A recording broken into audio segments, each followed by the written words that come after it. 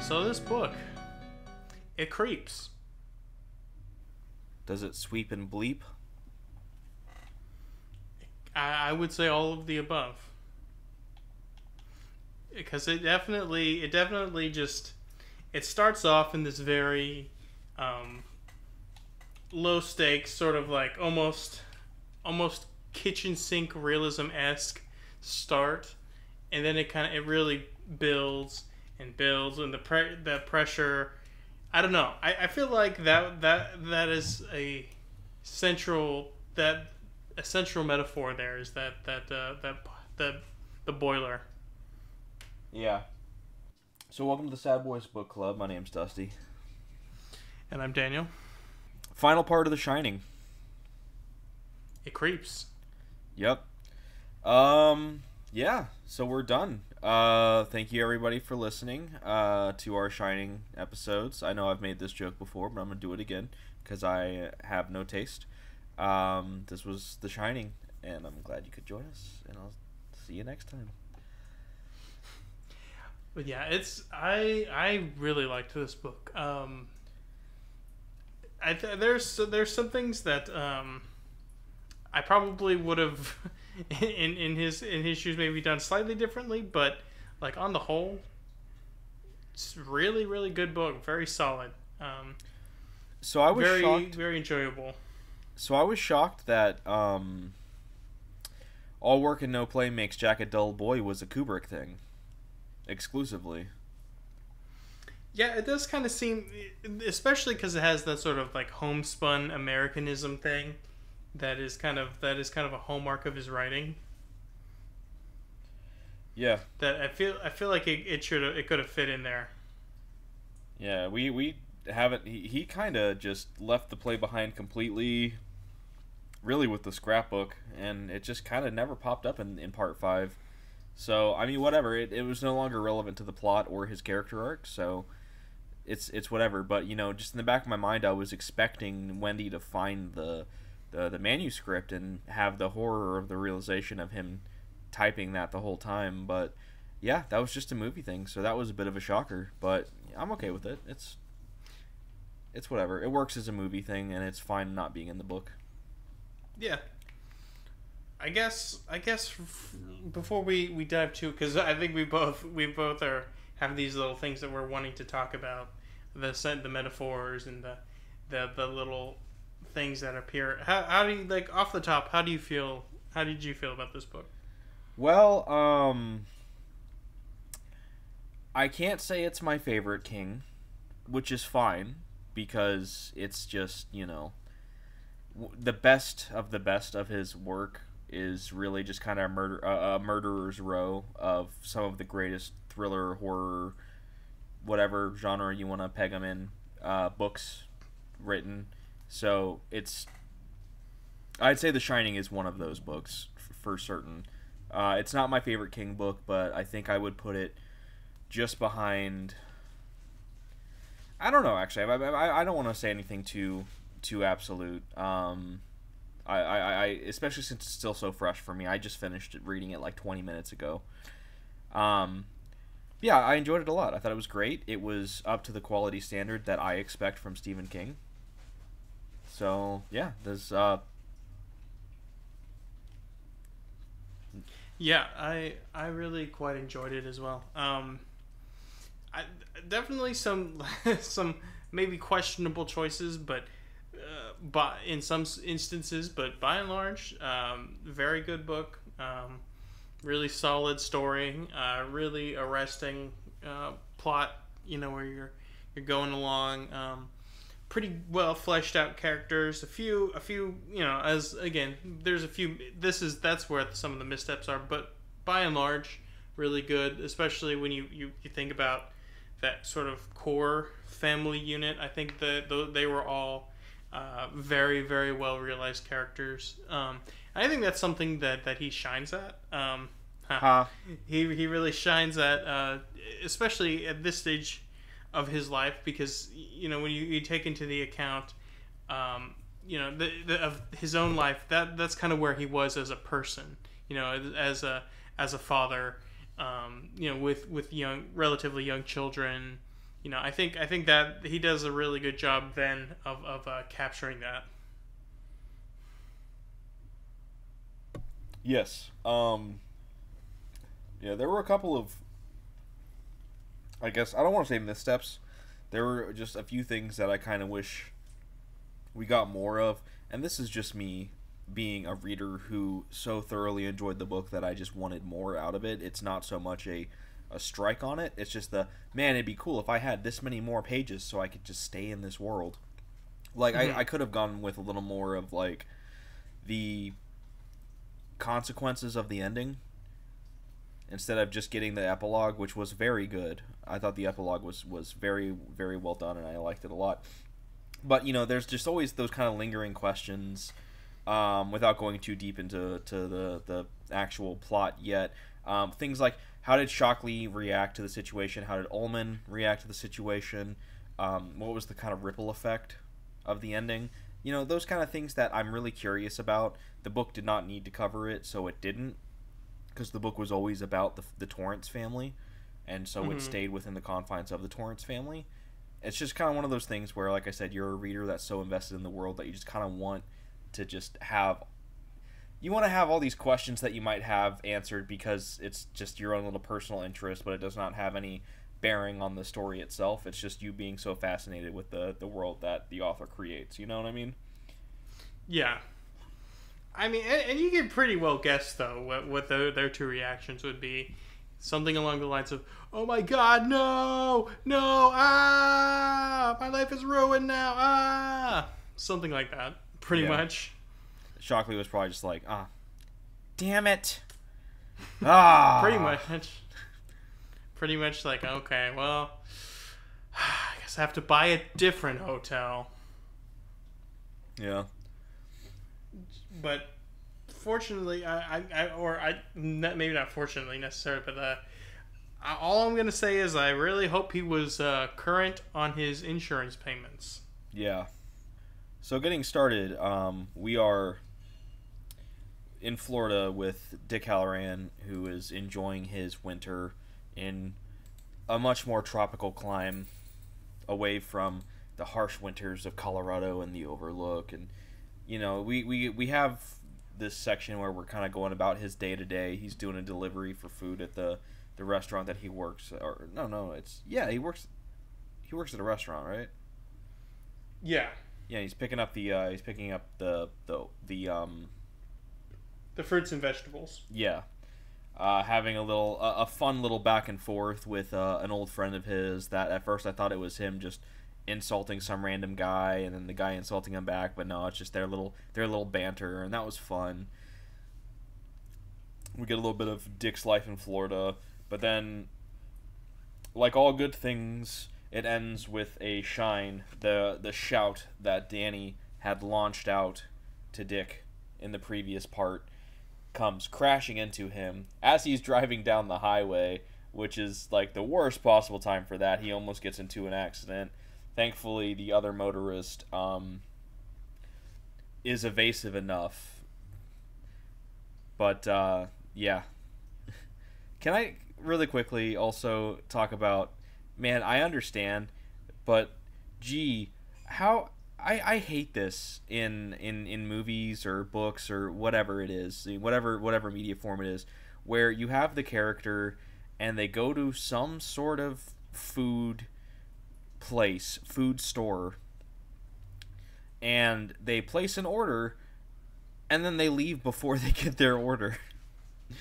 And this happens because Dick pulls off into an A&W stand, and he orders a root beer float, and then just leaves because that was him trying to calm down from the shine, and he's like he's realizing what's going on, and he's like, oh God, I gotta go help Danny. He needs my help. And he just kind of peels out to start, heading on to take care of business. And then the woman was there just like, what the hell? Yeah, I definitely understand his hurry there, but I was like, man, that root beer float sounds really good, actually. I know, 2 scoops of vanilla. I was like, hell yeah, man, sign me up. But yeah, that's just kind of one of my minor, like, it makes sense. It absolutely makes sense. But it's that little thing that kind of irks me, regardless of whether or not it makes sense within the story of people just going to a place, ordering food or something, and then just leaving. I think, and this is my theory here, is that it's like a cheat code to really encode to the readers, like, they were really in a hurry. They were like freaking out because it just, especially to an American. I mean, Americans, we love our treats. We love our treats, folks. Just to really nail that urgency, to really communicate that this is something that was really, really important. I think that's essentially what they're trying to do. Is it tries to, in a almost a converse way, like you go into this area, something that's typically more associated with leisure, and the sort of subversion of that into like this hurry is like, I can't even stop for this. I think it does. It's supposed to impart this feeling of rushedness because for the very reason you mentioned it, is because we don't, like, it seems, I don't want to say disrespectful, but almost just antithetical to most people's rhythms of life, that they're just like speeding away without receiving the food that they purchased. Yeah. Which, speaking of treats, I can't believe I forgot to mention this here at the start. Happy Halloween, Daniel. This is our Halloween episode. Oh yes. Yes. On this most cursed of evenings, doing the Halloween special. Yes, doing it the only way we know how, with a roque mallet and a thirst for murder. I think it would be better if we had a thirst for A&W root beer. Personally, that's our new sponsor. Coca-Cola has abandoned us, and so now A&W root beer, the only root beer worth drinking, and the only restaurant worth going to. I did not agree to this. all five. You can only go to all 5 A&W stands that remain throughout the country. I don't think it's a stand, but it's an actual building. But there is an A&W 2 miles away from me. Oh, really? Yeah, it's not bad. This region of the country, they're basically dead. Oh yeah. I've only been to one, only once in my life, in New Mexico. So I don't remember where, but that's literally the only time I've ever seen one. So I didn't agree to this endorsement, and I'm gonna say something controversial. A&W is trash tier root beer. Like, if you're drinking A&W, you either have no other options, and it's either drink that or die, or you have the worst taste in root flavored cola. A&W is trash. The only thing worse than it is mug. Well, I mean, come on, that's a pretty big drop off, though. That's like the same level of drop off from, like, would I rather drink a glass of milk or would I rather drink bleach? No. And before you ask, yes, I am drinking a Coke right now. This is the Treat Boys podcast. Today we're arguing what is the best soda. It's Coke. It's always Coke. And I'm not kidding. I am drinking a Coke right now. It is like it's my ritual at this point. I always have a Coke when we record, and I'm drinking a Coke right now. I mean, my last thought, because I have derailed us here. I really think the A&W, if you get the A&W from the restaurant, then it's really good. Especially when they have like a tap kind of deal.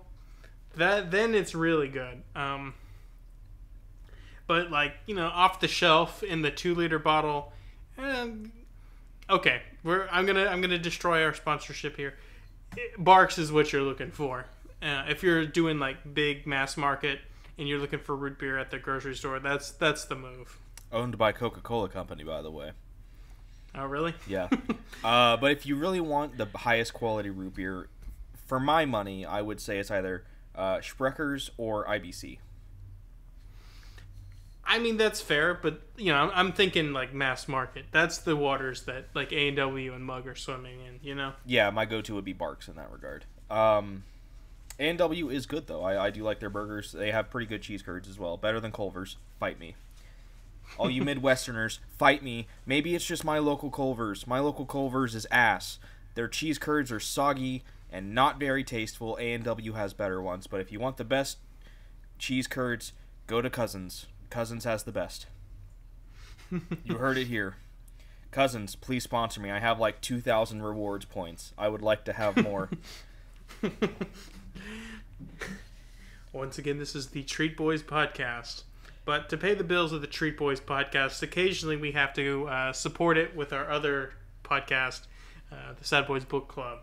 Yes. So Halloran goes to his job, which I guess it's some bookie that he works for, and he's like, I don't think so. I think he worked at like a restaurant. Yeah, but he goes to the horse track where the people are betting, and he goes to the guy. He's like, "Hey, I'm gonna need 3 days off."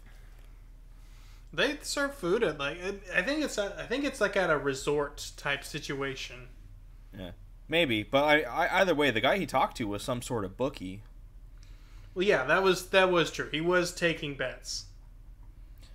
Yeah, so he's like, "Hey, I need 3 days off. My son was shot." And the dude's like, "I can't let you leave. This is too sudden." "Oh, your son was shot? Okay. Have the 3 days. I hope everything goes well." And it goes kind of smoothly, and I love how good of an actor Dick is. He really plays this off. He's leaving, and he just starts cracking up about his own little wit, and then he gets hit with another shine as a little bit of just desserts for that. But yeah, then it's Dick Halloran getting to the airport, and I was really waiting for today so I could ask you about this. What the hell was up with the cop that pulled him over outside of the airport? What was that about? I don't understand that. When he gives him his license and he's like, "Oh yeah, you'll be great at the party to blow up balloon animals." Like what? What was that about? I'm trying to remember because I read that pretty early on in the week. He was talking about balloon animals? I don't remember exactly if it was that or not. But yeah, it's when he has the flight. He called in the flight. He had half an hour to get there. He gets pulled over like just a mile or so away from the airport, and the cop's just like, "Oh, I've heard every story. Your kid's sick. You're going to a funeral. Yada yada yada. What is it this time? Don't even bother telling me. Just give me your license." And Halloran gives him his license, and then the cops basically just, I thought he was going to arrest him or something. I was like, what is happening? The cop was being so just like, what an asshole. Like, I swear that cop's name was like Officer Torrance or something. Like, Jesus. Yeah, well, I mean, but I was so confused. It was the late 70s, you know, and Halloran was a black man, so yeah. I think, and that's one of the things that kind of happen a little bit down the last part of this book that in some ways I think goes a little like beyond the level of good taste. Is like my God, the number of hard R's in this book in part 5. Yeah, that's kind of what I was alluding to earlier. I would say pretty unnecessary. It's not very cash money. I don't necessarily always feel like I should or try to be the litigator of morality and story or whatever. I think some people they kind of fall off the beam of like depiction, what is depiction and what is endorsement. But this is too much. There was just too much here. Maybe I don't know. I can't really guess. It's kind of crossed the from what would be good taste and almost was played for shock value. And I personally didn't care for that much. Yeah, do I think Stephen King is a racist? No. Do I think Stephen King was a racist in 1977? I hope not. But, I mean, Jesus. I understand, I think, I hope, maybe, why. Because, I mean, a lot of the language usage in this final part is directed at Halloran from, we'll just say, evil forces. So, like, it doesn't surprise me that the ethereal evil that is the Overlook is going to call Halloran the N-word. That does not shock me. But, like, my God.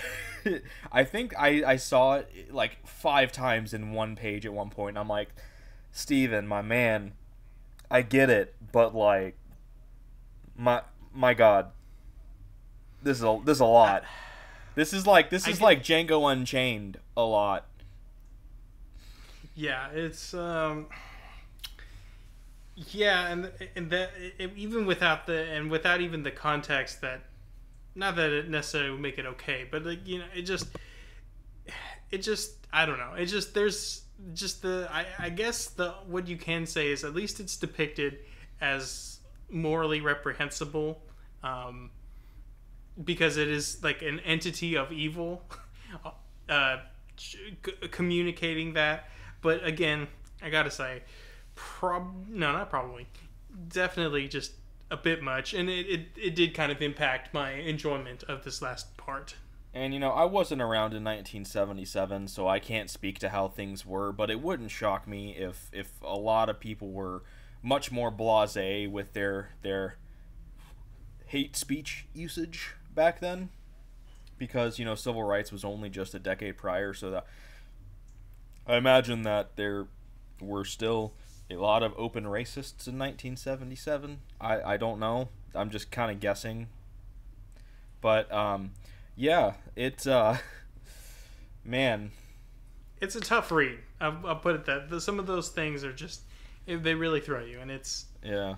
I don't think it was really necessary. It's one of those things where you really kind of get a picture of just how an entire group of people were just completely subjected to, at the bare minimum, verbal abuse on such an inhuman level, and it's like, Jesus Christ, man, like, yikes, dude.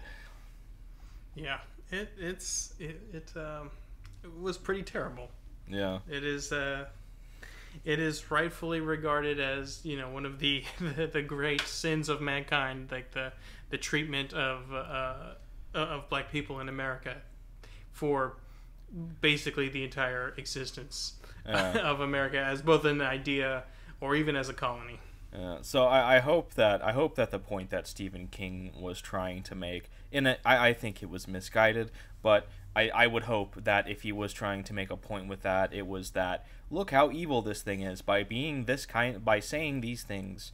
I hope that was his point, but I still think it was misguided, like I said. But it was 1977. I'm not trying to hand wave it. My point is that you can't look at 1977 through the lens of insert current year here, because you're always going to look at it and be disappointed, because that's just how progression in society works. When you look back, hopefully you will be appalled because of how much better things have gotten since then. So yeah, I don't know. It's tough for me to I don't know. It feels like it was excessive, even for the time. I agree.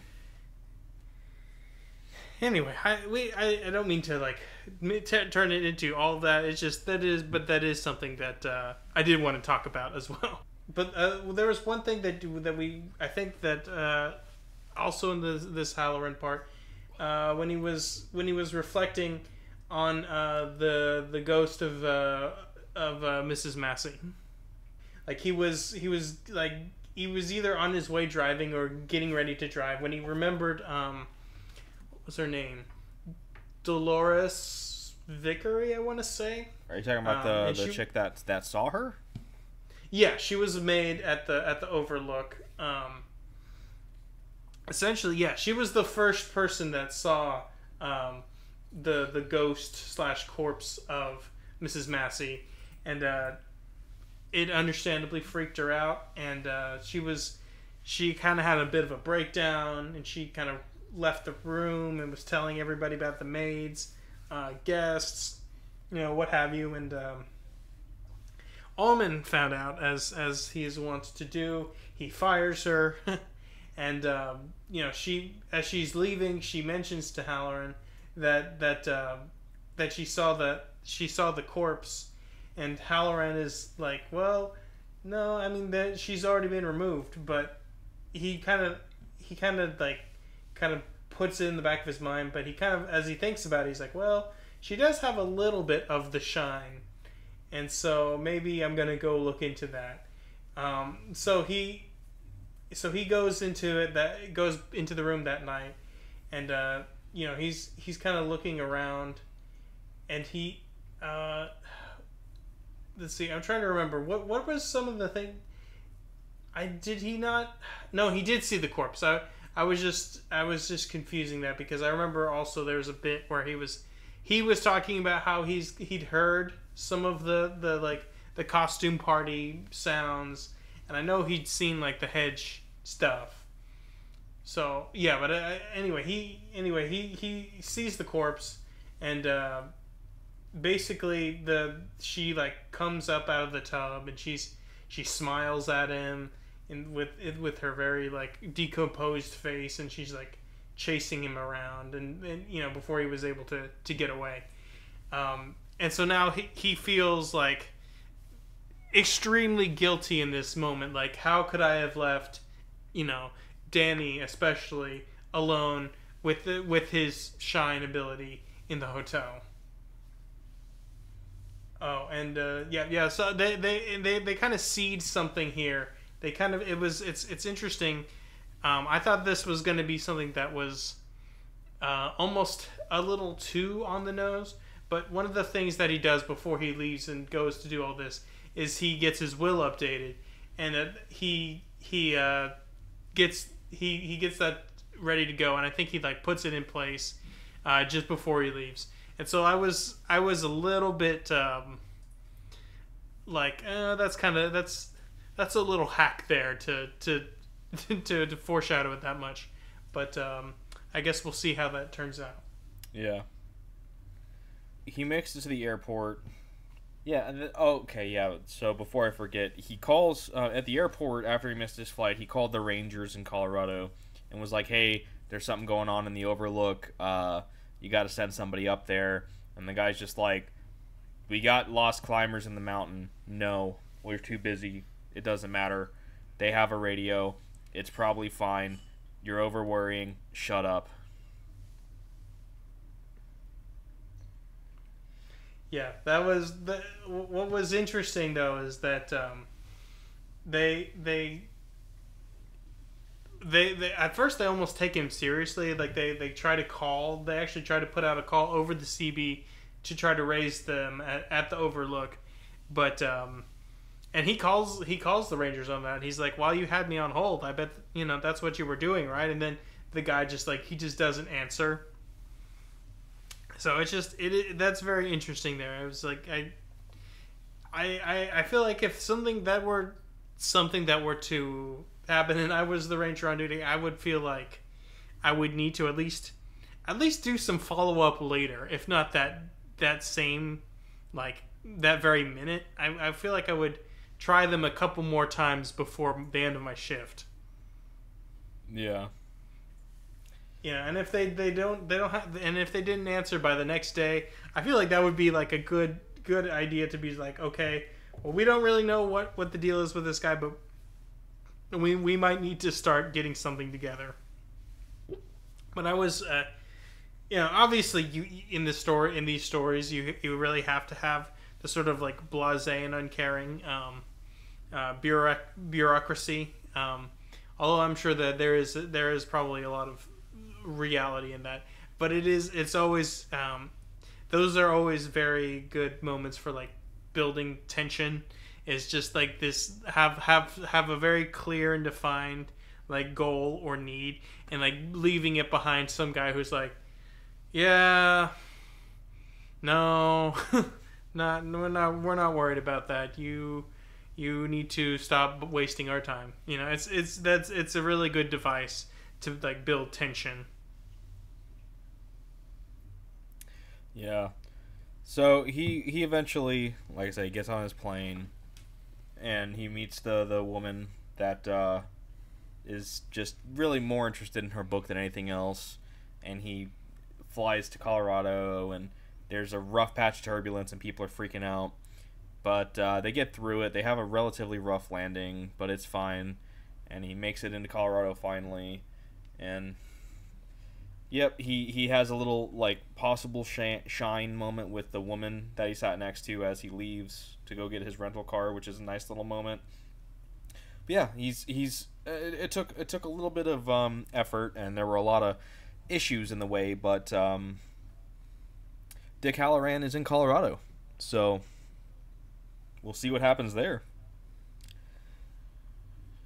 Meanwhile, back at the Overlook, things aren't going very good for the Torrance family. Wendy comes upon Danny, and he's just kind of chilling, singing to himself. He's got a bloody lip, and his mom's a little worried, and he's like, "Oh no, I did it to myself. Don't worry, Dad didn't do this to me." And they're just kind of talking, and she asks him about Tony, and if Tony can help them, and he's like, "Oh, Tony I haven't been able to call Tony in a while, so kind of on our own here." And Wendy, yeah, he says that they being the manifestations of the Overlook Hotel will not let him talk to Tony. Like they're blocking Tony somehow. yeah, and Wendy is, I think she has an idea as to what has happened with Jack at this point, so she is she's kind of preparing for the worst. And so like after the little conversation, she gets a knife, and she kind of hides it so that she has that kind of extra protection. She like wraps it in a towel, and I think she like ends up putting it under her pillow or something. Yeah. Meanwhile, Jack is, boy, he's kind of losing it. By this point, if this is something that King kind of gets to, that I wonder about, that I'm not like overly a fan of it. I can kind of, there's some aspect to it that is kind of interesting, but I don't like entirely how they kind of almost let Jack off the hook to a certain extent. They're like, oh well, he was just completely taken over by the hotel, and he was just doing everything the hotel wanted him to do. I think that sort of like undercuts like who Jack actually was as a person, who he already was a person that was predisposed to aggression and violence and anger. I think it kind of lets him off here by kind of moving him into this stage where he's kind of I don't know, almost like a drone at this point, if that makes sense. I mean, I don't know. I can kind of buy into the hotel. I think really what it is I do think that this becomes a lot more present at the end, but I think at least right now what the hotel is doing is it's taking his negativity, his toxic and horrible traits, and really amplifying them. Because I mean, Jack wasn't a good person before. Let's not pretend he was. I wouldn't say he was evil. I don't think he was evil, but I don't think he's a good person at the same time. So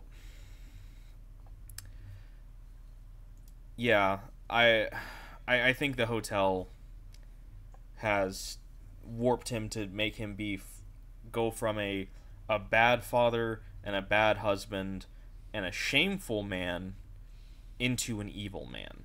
I do think that is what has happened. Like because I don't think he would ever. I mean, he feels a lot of regret for everything that he's done to Danny. Everything being breaking his arm, and he feels generally love for Wendy and Danny, and everything he did initially was for them. But I think the turn, you can kind of notice this early on when they get to the Overlook. I think the kind of the rot had started to set in as soon as they got there, just slowly and slowly until it was too late. But a lot of his really, unless I'm forgetting something, a lot of his really bad snaps, his mental thoughts that were a lot more than just anger or frustration, came after they got to the Overlook. So I think it started working on him immediately, because I think the Overlook sensed that weakness and really started to chip away at it from day one. And that, I think, has led us to the Jack Torrance that we have at this point. Yeah. Yeah, I think that's fair. And there's maybe some other interesting ideas about where you could go with it. It's just he definitely does experience some sort of like mental degeneration though here, because like where we see him, he's kind of like going through the boxes for some reason, probably to look for more stuff about dirt on the Overlook or whatever, but he's actually ignoring the boiler, and that he hasn't checked it in a long time. So he kind of like almost like wakes up, for lack of a better word, and then he goes to while he's down there, and he looks and he sees the boiler is at I want to say 200 over 200 psi, and he like has like a little bit of like his mind, the little bit of his mind that's left, remembers that Watson said that he wouldn't even stand next to it when it's at 180. And there's a little bit of him, possibly the part of him that might be resisting the hotel's domination. I would argue this is the little bit of Jack Torrance still in there. Yeah, like there's a part of him that considers just letting it go and destroying the hotel, and thinking that there's a good chance Wendy and Danny will be able to get out. But and he also thinks about, I think in this moment he thinks about I think there's a life insurance policy on him, and he would be it would also pay out double because he would be dying because of the nature of the accident, the double indemnity or whatever.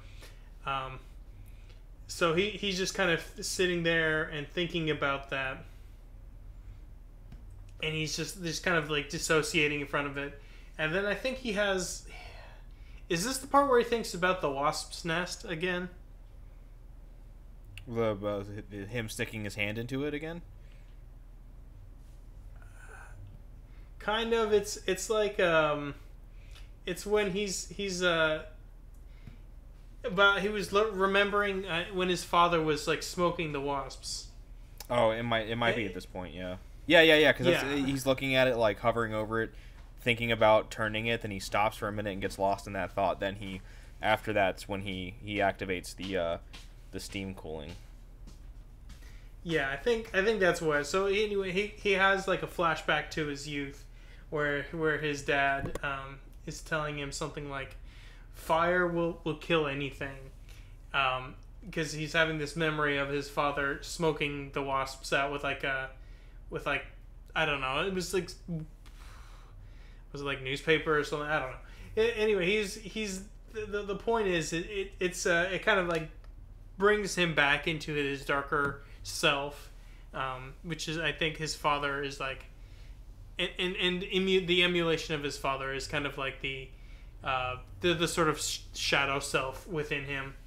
Anyway, he eventually kind of like gets kind of back to reality, so to say, and then he's going back into his like, oh, I have to protect the hotel. The hotel is the most important thing, and he grabs the valve, the pressure release valve, and he dumps pressure, but because he's waited so long, like the whole thing has begun to like warp. Like the heat is warping the structural integrity. Excuse me. The heat is warping the structural integrity of the boiler itself at this point. So as he turns it, he burns his hand pretty significantly. He gets I want to say second degree burns. I think that's when blisters start forming, and Yeah. and he gets like blisters on his hand, and he's kind of back to thinking about how much he would love a drink in that moment. You know, again, kind of coming back to his like the hotel at every turn, sort of like feeding on his darkest impulses and also enabling these dark impulses, like the worst aspects of himself. So he's like, well, you know, I prevented the hotel from blowing up, so I think the hotel is trying to give me a message and that it wants me to have a drink, and so that's kind of where we leave Jack there. Yep. And so now, Danny actually shines this happening, and he actually sees the future that could have happened if Jack was just a few seconds late. He sees him and his mom staring at the Overlook from the outside, burning, and his father actually blasting out the front door in a fiery mass, which is a fun thought. So it's nice to see that if Jack would have messed up and the boiler did explode, Wendy and Danny would have been able to get out on time anyways. But yeah, Danny saw that potential future. That is terrifying. But yeah, so he continues to probe into Jack to see how Jack is doing. And then in an interesting turn of events, the Overlook kicks back and shouts back into Danny's mind, which was a really cool little thing that we get to see. Like, instead of being a little more in the background, the Overlook is starting to become front and center in, like, trying to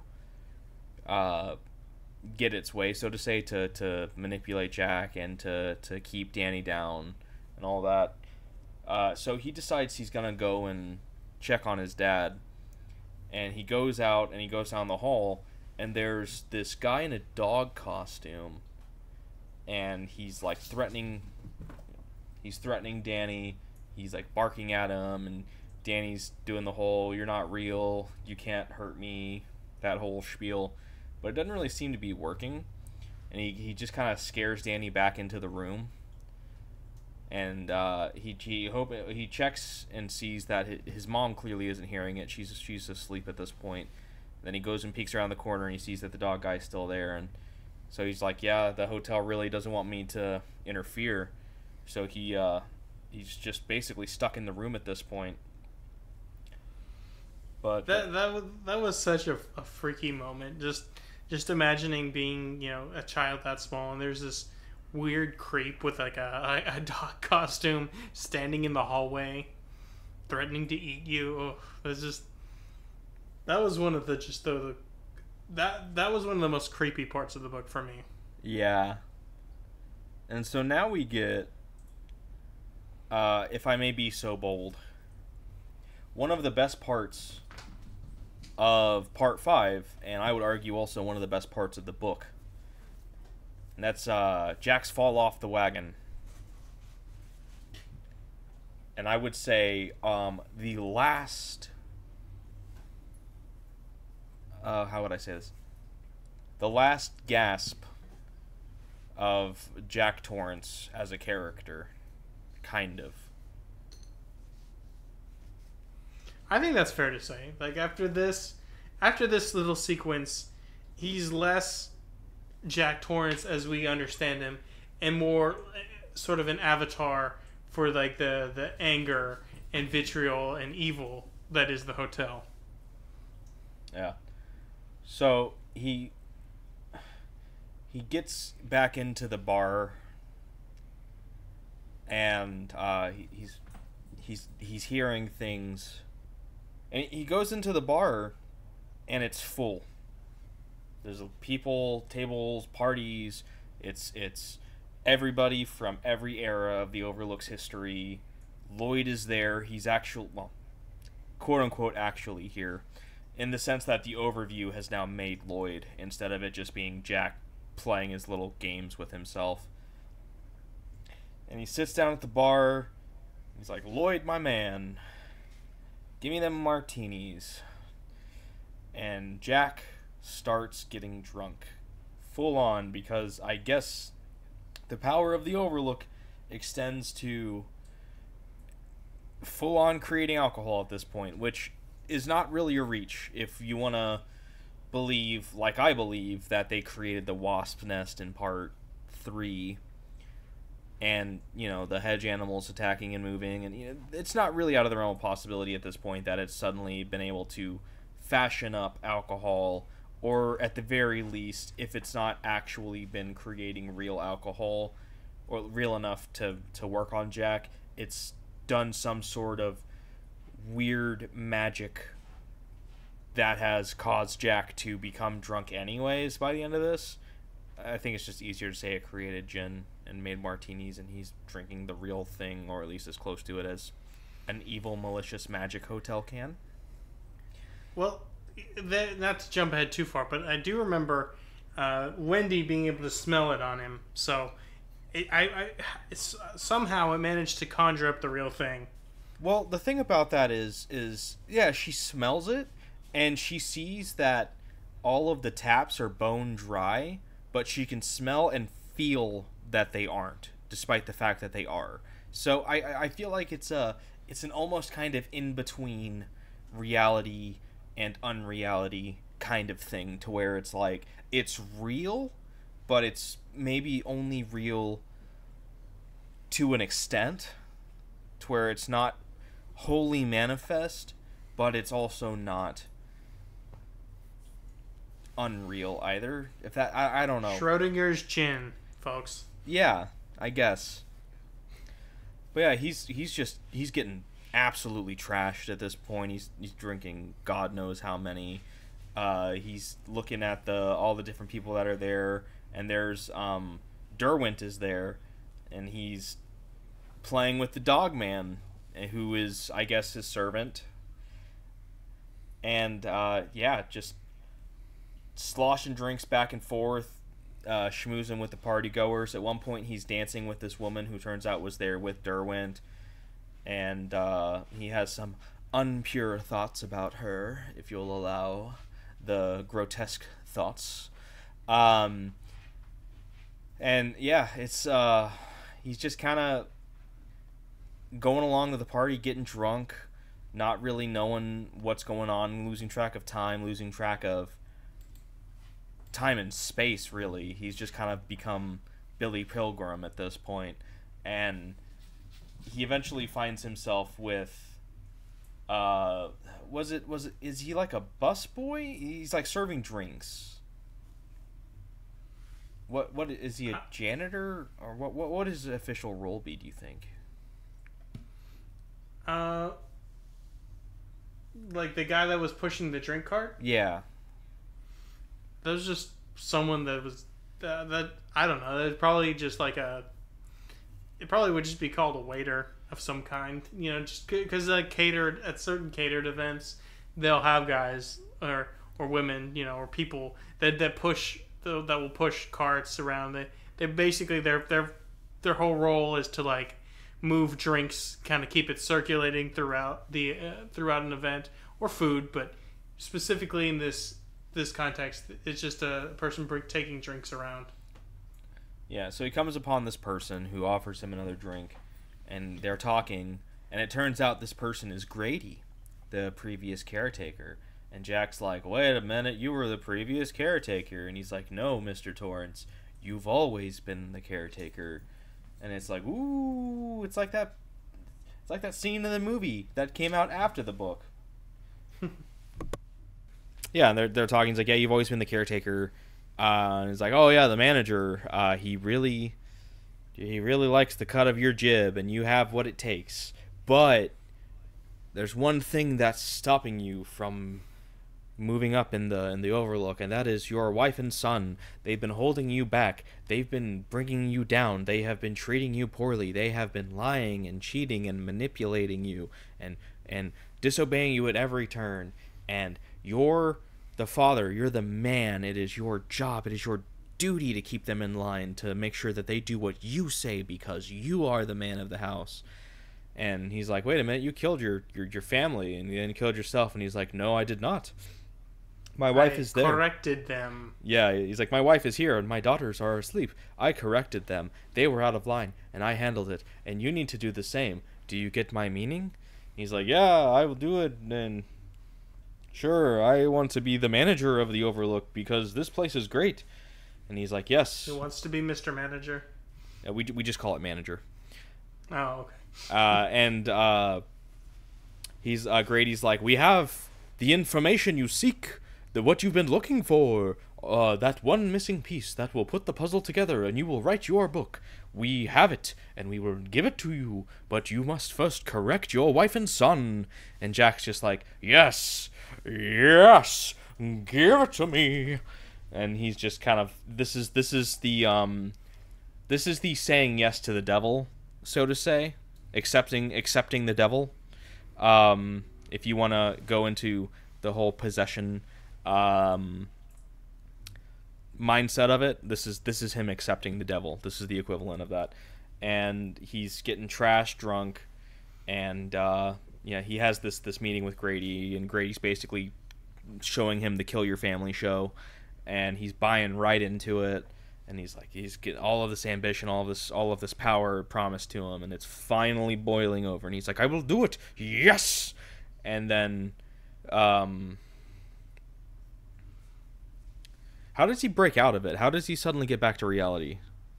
I think that's when there's the unmask. You know, the in the semi reality of the apparitions. It's the clock. The clock hits midnight, and Derwent is yelling, telling the crowd to unmask, and then they kind of, everybody's cheering and they're unmasking, but he kind of keys in on this clock, this sort of I don't know, a cuckoo clock of sorts, and as it gets to that time and it's chiming, there a figure of a father and a son kind of come out of the clock, and the father basically essentially beats the son to death with a roque mallet, and that's the son figure is like bleeding and stuff, so he's kind of like shocked by this almost, and then he's just like, what, but clocks can't bleed? And then as he's kind of like thinking about it, he kind of like, that's when he kind of snaps it back to himself somewhat, and he kind of looks around. He sees the ballroom is empty, and he's starting to feel drunk. Yeah, so he bursts back in, and he sees the fully stocked shelves, and he's like, I want more alcohol, woo! And he kind of like stumbles over the bar, and then he falls and he knocks himself out. Yeah, Jack is off the wagon, and like I kind of alluded to earlier, this might be one of my favorite sections of the book. This was such a great sequence, just the Jack fully embracing the hotel, the vivid imagery of the party, and the mixing of the eras, and just the Grady conversation is just so well done, and just there's a lot of cool moments where like he'll look away, and then he'll look back, and people will be like dressed in a different era. Like it'll be people in the 1920s. He'll look back. I think this was specifically when he was dancing with the woman. And then he would look back, and they were dressed for like the 40s. Look away, look back. They're dressed like early 1900s. I don't know. It was actually a really well done and really interesting segment. Yeah. So it's definitely one of my favorites in the book. And yeah, so now we're back to Danny and Wendy. And Wendy has woken up. They had been asleep for most of the day. It's now evening, nighttime-ish. And she thinks to herself, she's scared of Jack. She knows that Jack is a threat, that Jack may not even be Jack anymore. and she has that knife, but she thinks to herself, we can't hide up here for the next 4 months, and I have to kind of confront this a little bit. But she's hungry, and she's gonna go make food for her and Danny. But she takes the knife with her anyways, and she goes down. She can't find Jack anywhere. She makes some food, some omelets and soup, and then before going back upstairs, she gets like a kind of feeling, and she goes into the bar, and it just reeks of alcohol. She smells it everywhere. She finds Jack. He reeks of alcohol, and she's confused and scared. Like, how did this happen? Like, there's no alcohol here. There's no way. And so she kind of like wakes him up because she's wanting to like get him in bed, kind of, because she's more worried about him than anything else. But then, he grabs her, and he's trying to hurt her, and he's like, "Oh, you bitch! You've turned against me. You're evil. You've been ruining me. And now we get not Jack at this point. He has been fully taken over by the hotel, and now he is on the murder path. The switch has been flipped, and now we are finally starting the dreams that Danny has been having for the entire book. And so he's starts attacking Wendy. He's choking her out. He's like really throttling her, and she can't really do much about it. And she forgets about the knife completely. But then Danny comes down and attacks Jack. Jack slings him off, knocks him down, and then that momentary lapse where he has to take his right hand off of her gives Wendy enough strength to grab one of the bottle candles that are on. It's like candles that were put into wine bottles because it's chic. It adds to the feng shui. She grabs that and she clocks him in the head with it, and that knocks him out. So now her and Danny are trying to. Wendy's like, "Oh no, it's not okay. We gotta do something." But her plan is to lock him in the pantry because that way he'll have food when he wakes up. And they need to have him contained, and as Danny puts it, it's like being in jail, and so they have to do that. But the pantry's the best place because one, it'll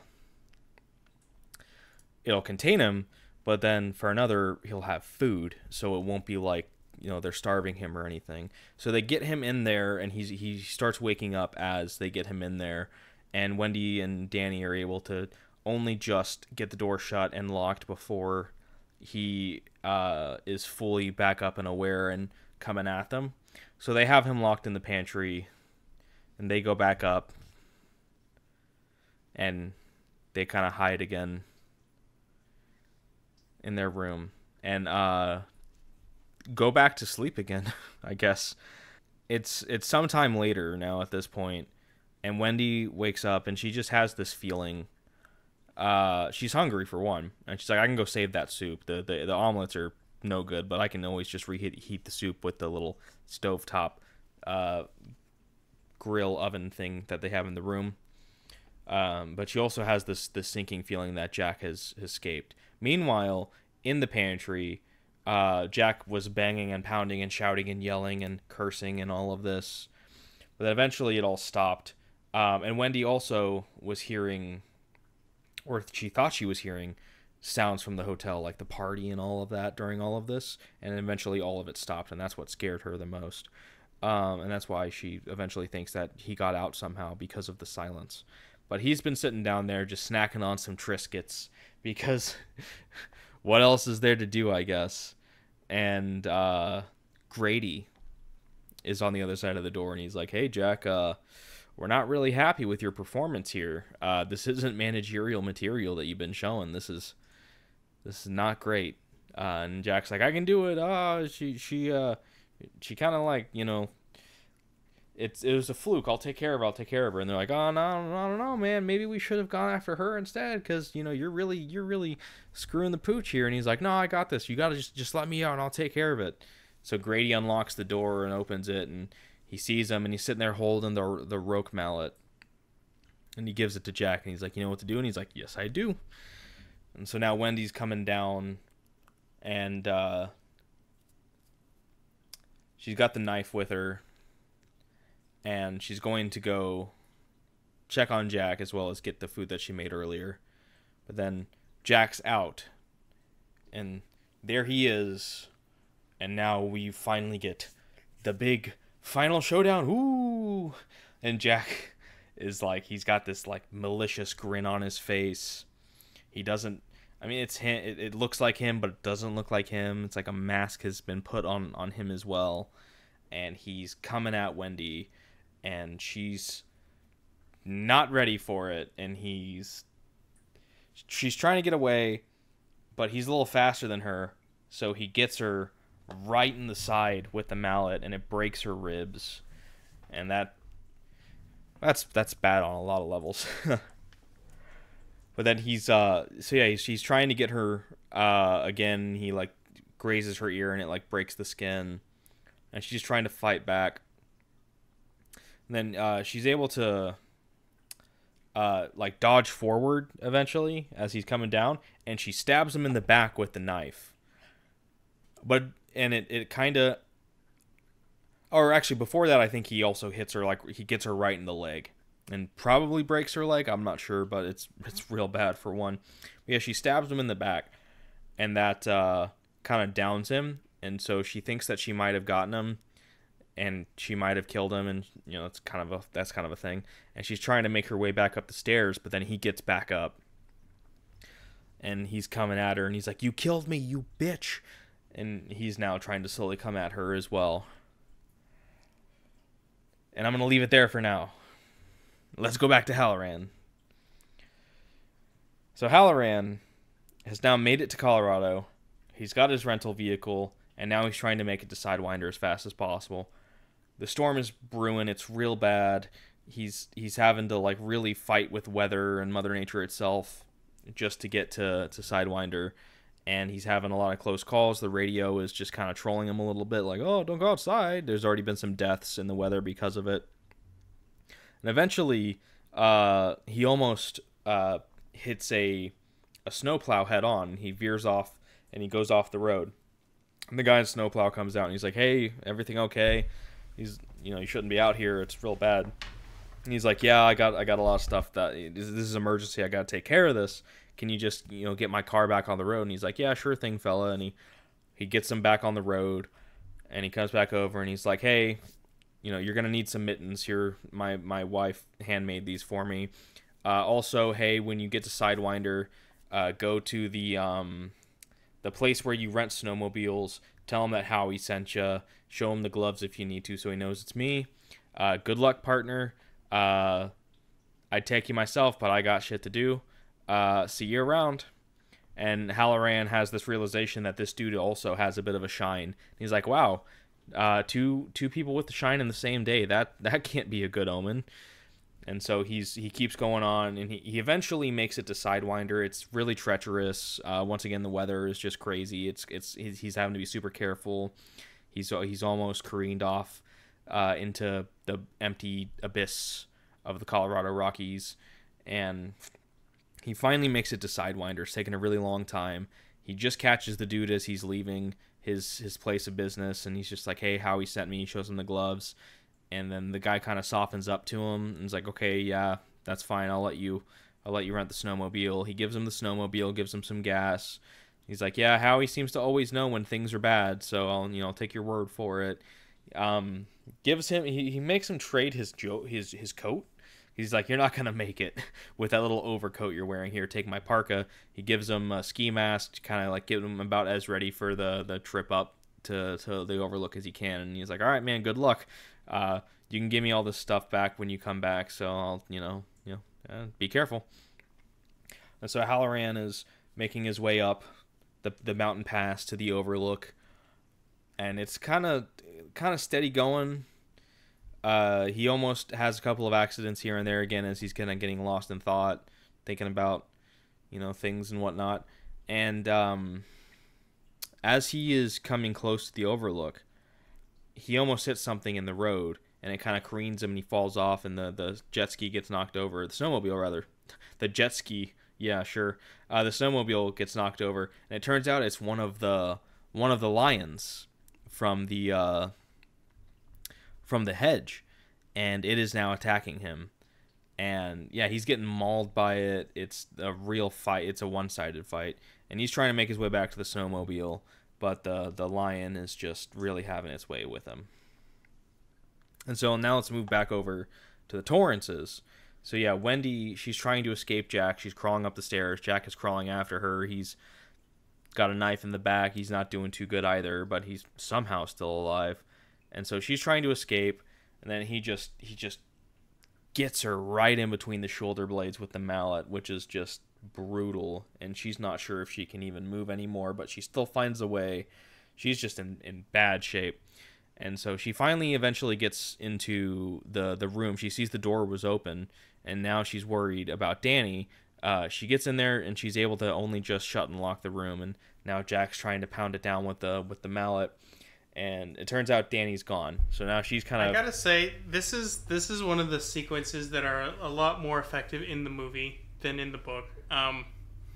Just the idea of bashing through with like a silly mallet for like some stupid fop game. That's not as cool as Jack Nicholson busting down a door with an axe. Yeah. The it being an axe in the movie definitely adds a little bit of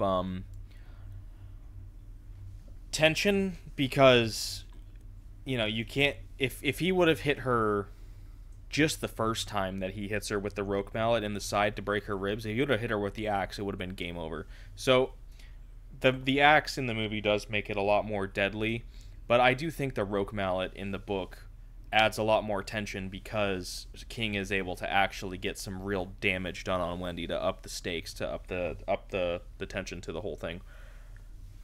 I guess that's true. It's just the idea of him trying to bust out the door with like a mallet versus an axe. It's just, I'll put it this way.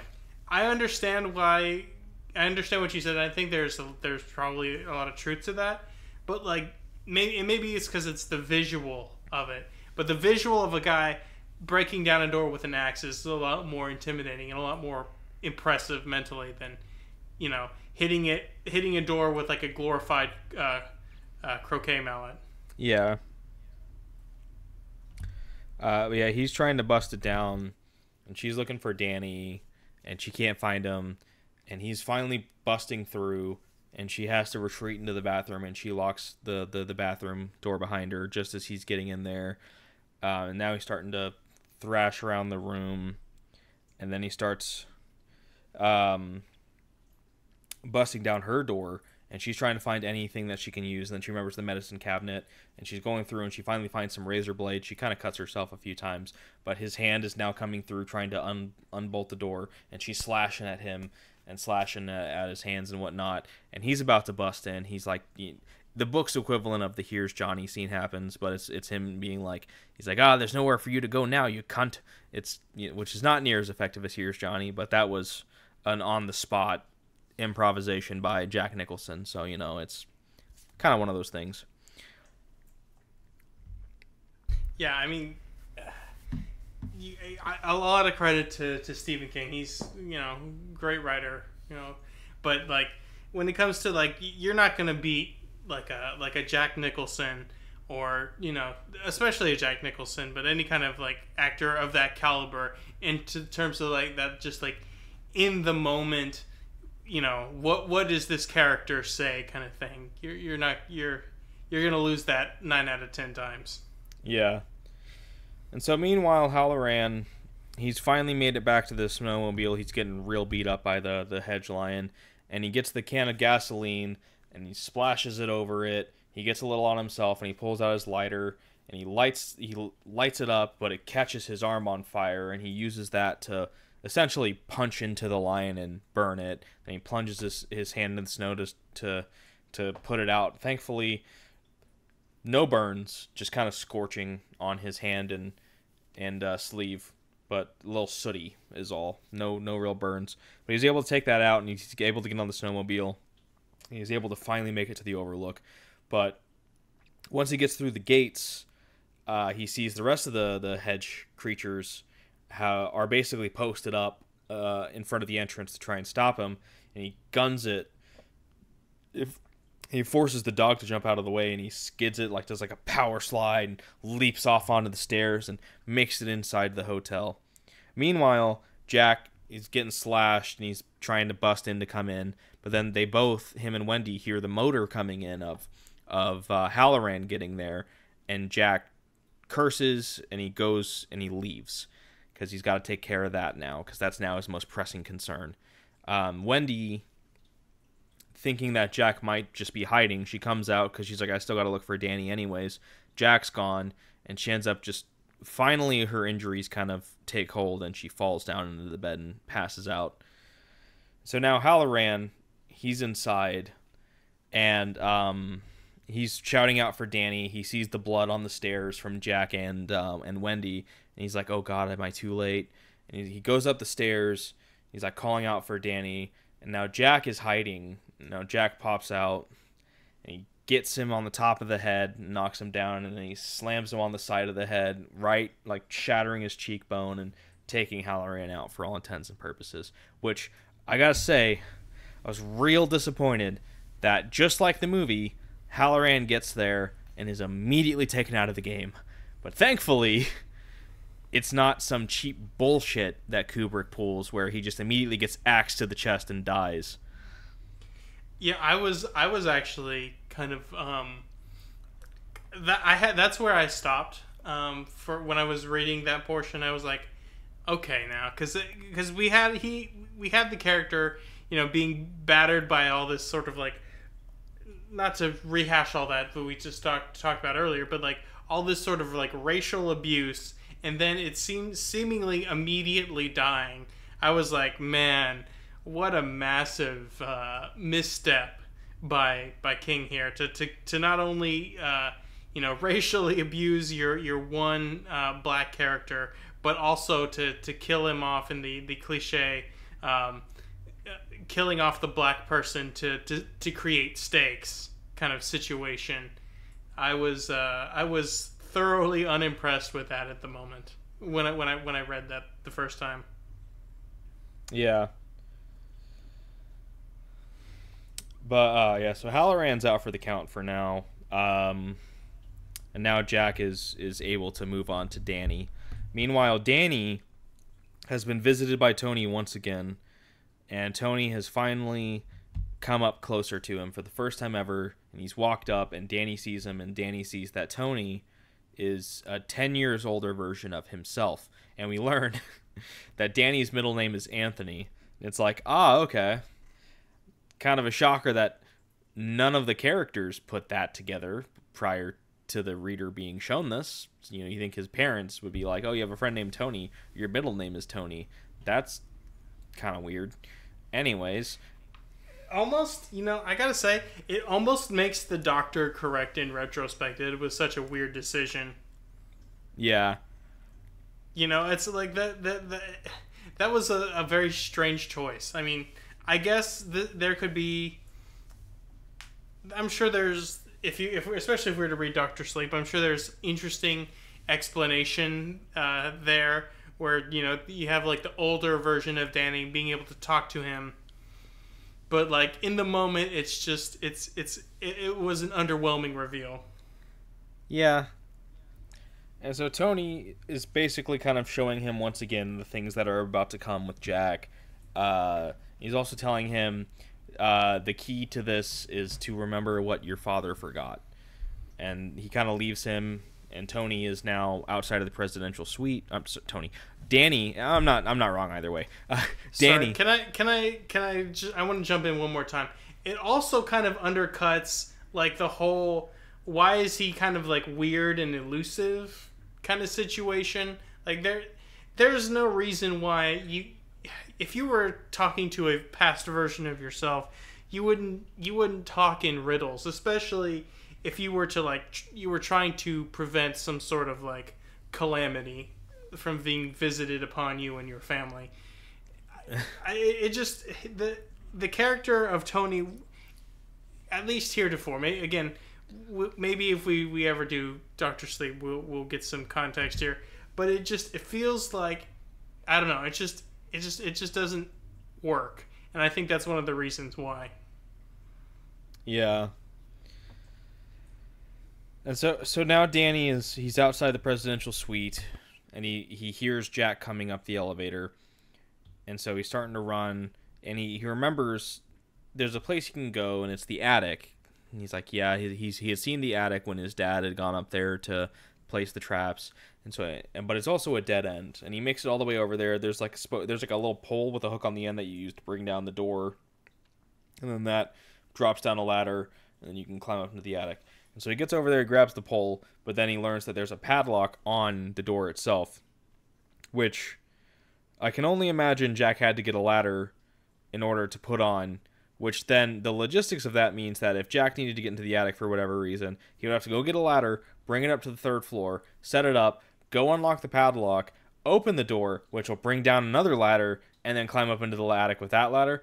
I understand it, but that just is so many steps just to get into the attic when he could have just hidden the pole instead. So, because the reason he did the padlock is so that Danny wouldn't go exploring, that disobedient child. But if you would have just hidden the pole instead, I feel like that would have made a lot more sense instead of just leaving it in the hall. I don't know. Kind of a weird thing. Yeah, that was a little weird. I kind of was puzzling through that when I read that as well. Yeah. And also, as Danny has been making his way down the halls, he had encountered a couple of the apparitions from the hotel, and he would say, "False face, you can't harm me." And it was, I don't know why this worked all of a sudden, but it worked, and they would be like, like they'd been struck, and then they would just disappear. I was wondering, did I miss something? Where did that expression, the false face, where did that come from? I'm not sure. Was that something that's, because he started using it like it was a thing, and it feels like it was something that he's like, it almost feels like I thought I'd missed something during the Tony section where Tony was like, oh, there are false faces or something like that, because he keeps using that phrase, and it was very strange. Yeah, I don't remember if that was something that was established earlier or not either, so I don't know. But yeah, so he can't make it up to the attic, and now he's basically just waiting. And eventually Jack rounds the corner, and he's like, ah ha ha, and it's now it's your time, ooh. And Danny is just like, no, you're not my daddy, you're a false face, you're a liar. And it's kind of like, it stops him for a second, and he's just like, well, no, I'm not. And he comes and he slams the mallet down right in between Danny's legs, and Danny doesn't flinch. And we kind of get this scene where Danny is kind of having a back and forth with Jack, or rather, quote unquote, Jack. And he's just like, you're not my daddy. You've taken over, but you're wearing a false face. You're a liar. And it's like, no, you, the hotel had promised me. And Danny's like, it promised you, but it lies. And he eventually is able to kind of, I guess, break through a little bit. And it ends up dropping the mallet. And for the last time, I'm going to say for the last time ever, Jack Torrance comes back, and he tells Danny to run. And Danny's like, no, it's almost over. And he kisses his hand. And that was Jack's last moments, was him trying to protect his son. And that's why I think that Jack Torrance is not an evil person, just not a good person, and the hotel just cranked up all of his bad tendencies to 11 with its influence and its force, and eventually through this manipulation and this slow corruption was able to eventually take control of him completely. And that's why I kind of feel like Jack Torrance is a little bit of a victim in this book as well. And I do think that he never would have done this. While we've been on the line here, kind of thinking about this since we kind of brought it up there a little bit ago. And I think there might be a little bit of a case to be made about this not necessarily, and this is not something that exonerates Jack in it by any means, but it could kind of, I don't know, this book may be making a commentary here on like the sort of like structural violence and like the idea of what these ideas, or how to put it, people's wills becoming subsumed by becoming part of something, whether that's like, I'm trying to find a way to put it into the words to describe it exactly as I'm seeing it in my mind.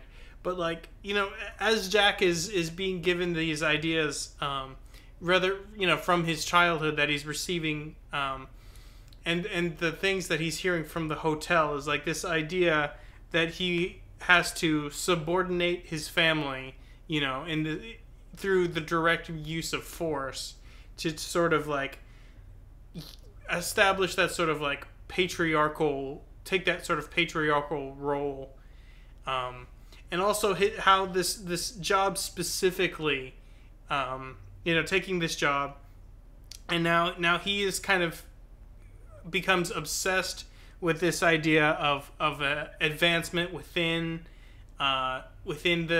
his role to become the new manager.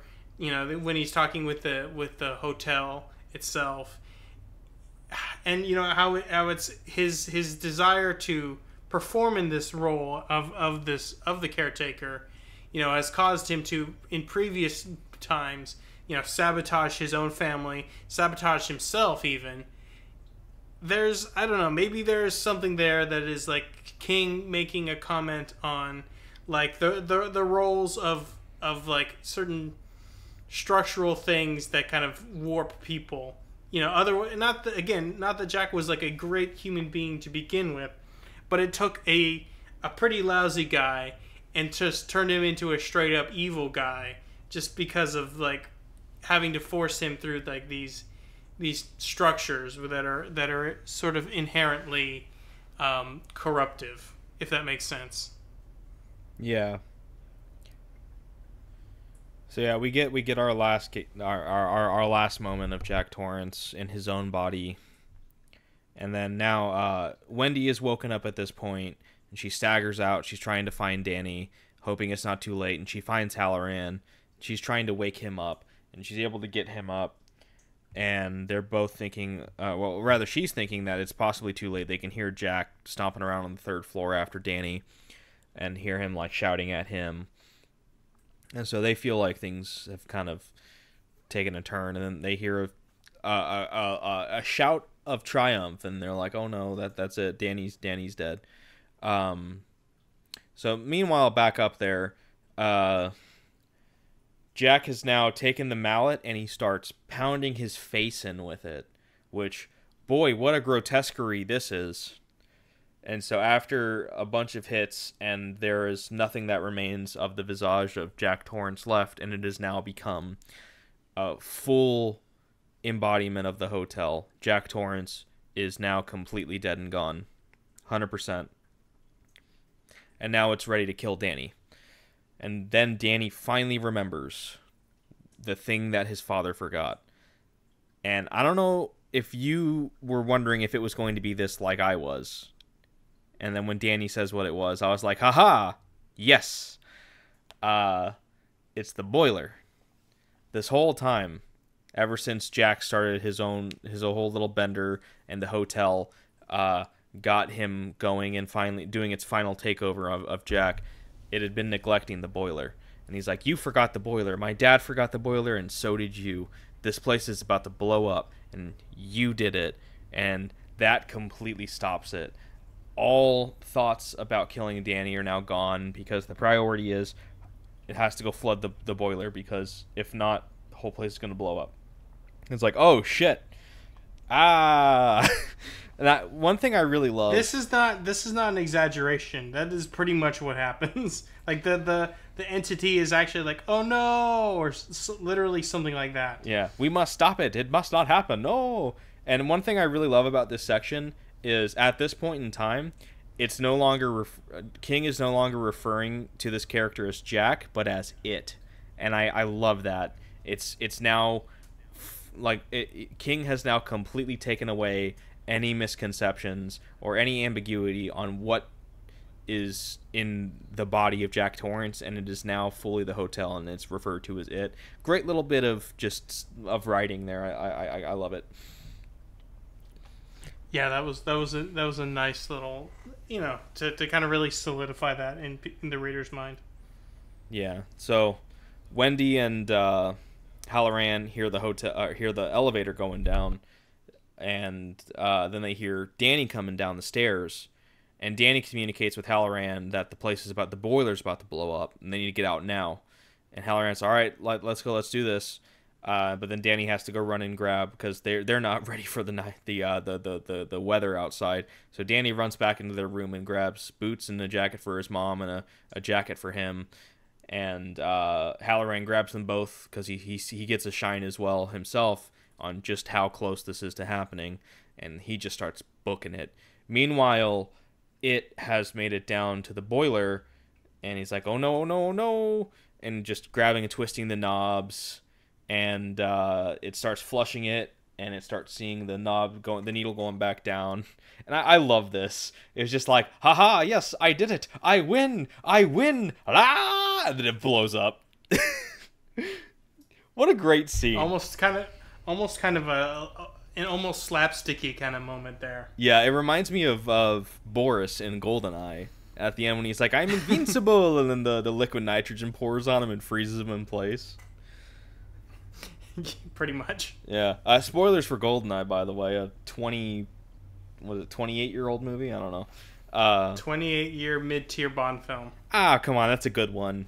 Bond himself is a kind of mid-tier franchise, but GoldenEye is one of the good ones. Okay, I'll give it like upper mid, but Bond as a whole is not that. I think Bond as a whole is pretty mid. For England, James. Nah, man. Alec Trevelyan's a great character, and Sean Bean kills it. He's always good, though. Sean Bean is always great. Not to derail, but there are aspects of like Sean Bean, like the Live and Let Die, Paul McCartney. It's not like wholly without redeeming moments, but just as a whole. Live and Let Die. Better stuff out there. Live and Let Die was used for the Bond film Live and Let Die, by the way. Yeah, that's what I'm saying. Oh, I thought you were talking about GoldenEye.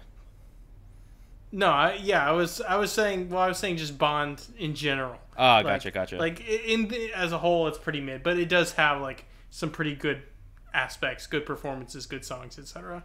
Yeah, but anyways, yeah, the boiler blew up, and Jack's body was right there at Ground Zero, so it ended up happening. The blast, they're just coming out of the front door. Halloran's carrying both of them. The beasts, the hedge beasts, are waiting for them, and it blows them out into the snow. And as the beasts are coming to get them, they start essentially molting or like collapsing into flames or smoldering, whatever. And yeah, the hotel is now on fire. The fire's spreading, and yeah, there's a lot of I can't really remember all of it perfectly, but there's a lot of really great imagery that's being used to describe essentially the evil of the hotel being destroyed slowly in the fire. It's a really great section. I really love the writing here. But yeah, it's a really great section. A lot of I like I said, I can't really remember a lot of it. So, but yeah, just a really great way to describe the evil being cleansed in fire. Fire kills everything. Yeah. So yeah, they get up, and Halloran takes them to the snowmobile. They get on. They're able to get Wendy clothed up a little more, and he's like, "Hey, there's some blankets in the shed. Let's go get those, and it'll help because we need them for you guys for the ride down." And he drives around and goes into the shed, grabs the blankets, and he sees that there's a roque mallet missing. He's like, "Oh, I wonder if that's the thing that Jack used on me." It could be, it could not be. And then we get this section where the last ditch effort of the hotel to try and take Danny, and it's putting all of its remaining power to try and corrupt Halloran in this final moment. And Danny knows it, and he's shouting at Halloran to try and get him to come back. He's like terrified. There's a lot of fear in his voice, and Halloran picks up the roque mallet and is getting ready. And he's thinking, He's like, oh, I should kill them both.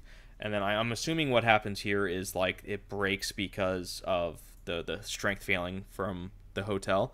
And he's like, what was I doing with this? Oh my god, And he's scared of what he was just thinking. So he throws the mallet away, comes back out. And I feel like Halloran is just a more decent human being.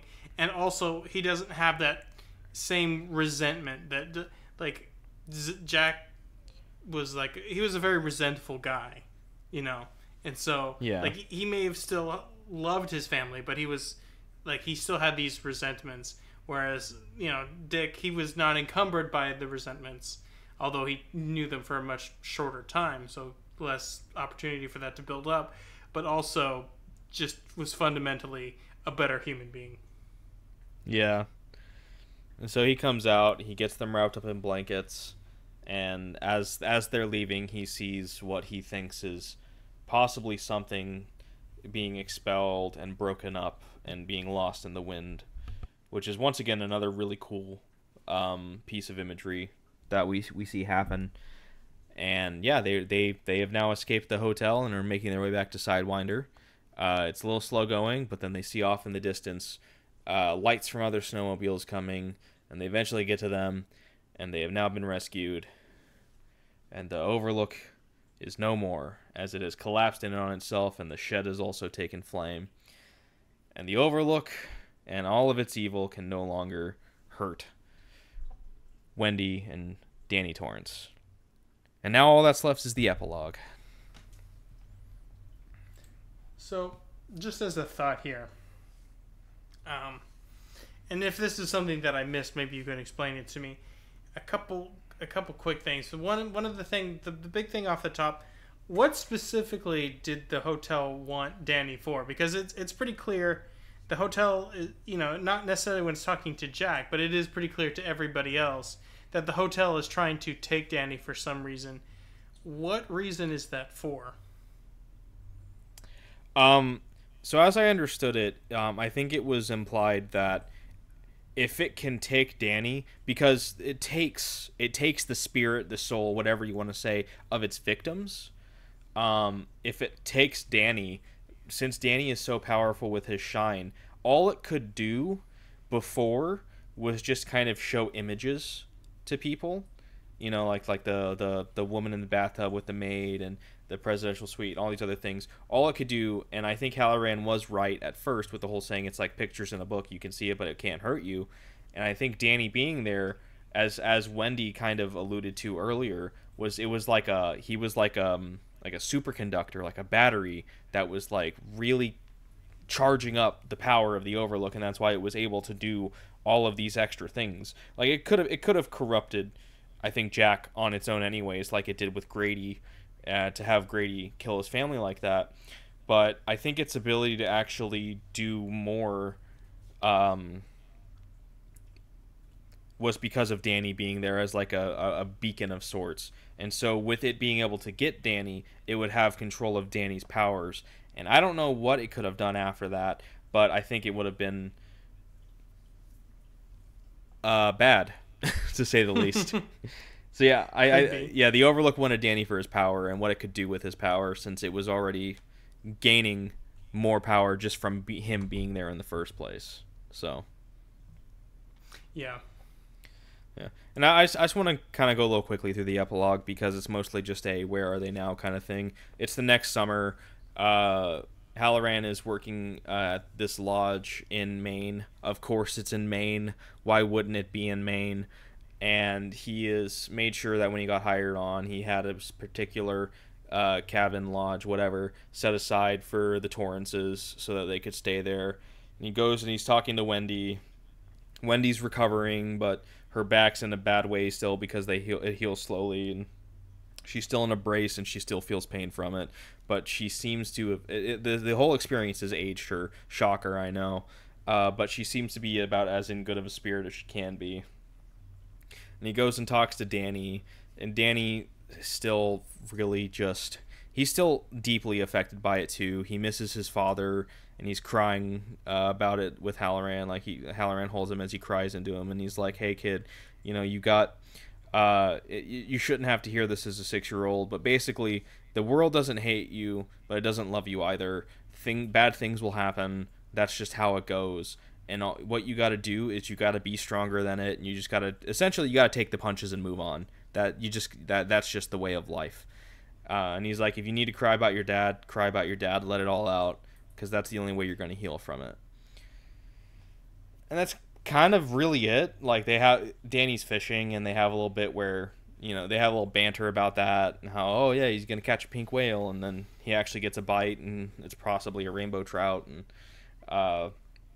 Danny's reeling in the fish, and they have a little moment, and there's kind of a big moment here where he's like, Dick, help me pull it in, and then he slaps him on the back in a loving way and says, I think you're doing just fine yourself.